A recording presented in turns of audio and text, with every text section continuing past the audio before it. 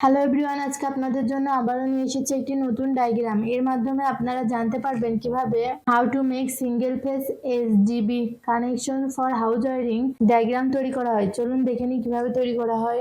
Circuit breaker, এটির মাধ্যমে যে কোনো একটি লাইন নিয়ন্ত্রণ করা হয়।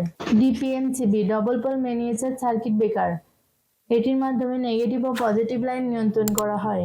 ডিফারেন্সিয়াল সুইচ অর্থাৎ আরসিসিবি, ডিপিএমসিবি এল পজিটিভ লাইন ডিপিএমসিবি ও সার্কিট ব্রেকারসে কানেকশন দেওয়া হলো।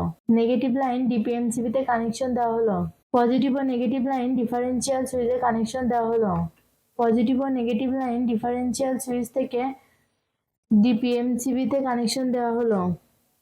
Load 1, load 2, load 3, load 4, load 5, load 6 earthing line circuit ব্রেকারসে কানেকশন দেওয়া হলো। ভিডিওটির সাথে থাকার জন্য ধন্যবাদ। ভিডিওটি ভালো লাগলে লাইক ও সাবস্ক্রাইব করবেন। আমাদের চ্যানেলে কোনো ভিডিও যদি বুঝতে সমস্যা হয় অবশ্যই আমাদের কমেন্টের মাধ্যমে জানাবেন।